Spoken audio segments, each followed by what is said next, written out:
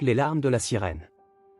Il était une fois, dans le vaste royaume d'Achéron, un roi nommé Arion, aimé de son peuple pour sa bonté et sa sagesse. Sous son règne, les terres étaient fertiles, les récoltes abondantes, et les vagues de la mer semblaient bénir le royaume d'une paix éternelle. Mais la paix, même la plus solide, ne dure jamais sans épreuve. Un matin, des rumeurs de rébellion s'élevèrent depuis les provinces du Nord. Des seigneurs, jaloux du pouvoir du roi, rêvaient d'indépendance. Ce qui n'était d'abord qu'un murmure devint bientôt un cri. Les drapeaux de la révolte se levèrent, et le sang commença à couler. Arion tenta la diplomatie, il envoya des messagers, proposa des alliances, offrit des terres.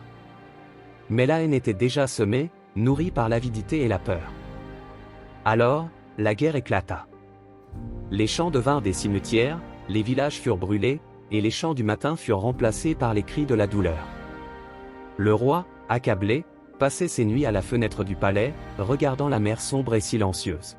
« Homère, disait-il, toi qui as vu naître mon royaume, donne-moi la force de le sauver. » Une nuit d'orage, alors que le vent hurlait et que les vagues s'écrasaient contre les falaises, Arion sortit seul du château. Il marcha longtemps sous la pluie, jusqu'au bord du précipice. Là, dans la fureur des éléments, il tomba à genoux et cria de toutes ses forces.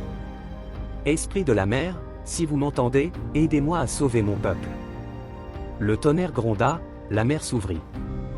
Une lumière d'un bleu profond illumina les flots, et une voix douce s'éleva, chantant comme un écho lointain. Des vagues apparut une créature d'une beauté irréelle, une sirène, aux yeux d'océan et aux cheveux d'argent. « Je suis Nérida, gardienne des flots éternels, dit-elle. Ton appel a traversé les eaux du monde. Que veux-tu, roi d'Achéron? Et si le prix de la paix était plus lourd que la guerre elle-même? Si l'histoire vous a plu, abonnez-vous et partagez pour la suite.